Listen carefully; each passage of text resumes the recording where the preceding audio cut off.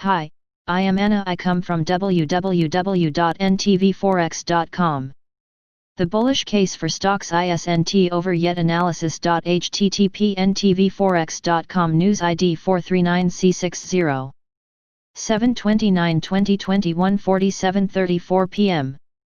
The bulls didn't seize upon Monday's stock upswing, and prices declined in what might look as a goodbye kiss to the horizontal line connecting the early June highs. Are stocks about to roll over to the downside despite yesterday's deterioration in the credit markets? I think it's too early to jump to such a conclusion. Technology is holding up, semiconductors aren't weakening relatively to the sector, and the rotation into healthcare, materials, and industrials is very much on. The defensives, utilities, and consumer staples are also improving their posture. Consumer discretionaries are firm, and financials are getting better relative to the index. Yes, going into today's Fed and especially into Thursday's aftermarket with earnings from selected tech behemoths, the market is likely to move higher if yesterday's AMD results are any indication. But let us assess where we stand after yesterday's closing bell. SP 500 in the short run. I'll start with the daily chart perspective. Stocks didn't really improve their short-term posture yesterday. On the other hand, the renewed decline below the early June highs happened on mediocre volume, which means that it lacked broad participation by the bears. If they are serious about taking advantage of the daily indicators' sell signals, they better show up fast. Could the Fed be the catalyst of such a move? Hawkish policy surprises are out of the question, so would a cautious tone on the recovery perils do the trick, and send markets plunging regardless of the real action in precious metals. Canary in the coal mine, the Fed would err on the side of not fighting inflation too soon. And thus far fighting the deflationary corona effects, the stimulus is winning and being embraced with open arms by stocks. So, I think that the bears would be getting ahead of themselves expecting a lasting downturn right now. I treat the consolidation as one with a higher likelihood of a bullish resolution than a bearish one. Let us see the opinion of the credit markets. The credit markets' point of view. High-yield corporate bonds HYG ETF lost ground yesterday. Please see this and many more charts at my home site, but again, the volume didn't dazzle.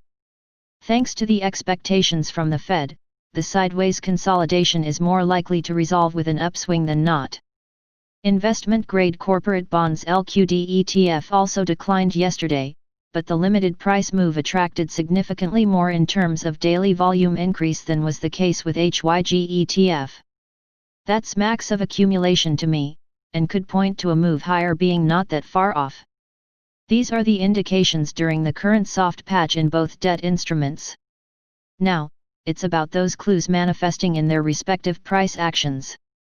Both the leading credit market ratios, high-yield corporate bonds to short-term treasuries HYG-SHI and investment-grade corporate bonds to longer-dated treasuries LQDIEI, fine-tune the short-term picture of weakness. No market goes up or down in a straight line, and the ratio's swing structure is still favoring another advance, which is more apparent from the following chart. Overlaying the S&P 500 closing prices against the HYG-SHI chart captures the momentary dynamics. Monday's upswing rejected, yet Tuesday's decline can't take prices below Friday's lows. Another rebound attempt in stocks is likely. Just take a look at the early July chop, and what followed next. Small caps, emerging markets, and SP 500 market breadth. Neither the Russell 2000 IWM ETF, nor the emerging markets EM ETF have sent any clear signals yesterday. IWM ETF mirrored the S&P 500 perfectly yesterday, and EM ETF keeps consolidating in its bid to outperform the US index. That's as bullish as it gets. Another indication this time that yesterday's downswing didn't gain much traction, as most stocks refused to participate. With such a protracted consolidation, the ball is in the bulls' court now. How far will they run with it? Summary. Summing up, the S&P 500 downswing appears to have the nature of wear you out rather than scare you out. With credit markets not sending a clear-cut message, one has to rely on the healthy rotation and technology not leading to the downside. With current corona cases being a non-event to stocks, its renewed lockdowns dialed back reopenings, real flare-ups in the US-China tensions, or policy missteps sapping the fragile recovery, that can hurt the stock bull. Tomorrow's tech heavyweights earnings will be the bellwether, and it pays going into that moment with one's guard up. Judged today, a renewed stock upswing is still the more likely scenario. Want free follow-ups to the above article and details not available to 99% investors? Sign up to our free newsletter today. Subscribe our channel to receive the news as soon as possible.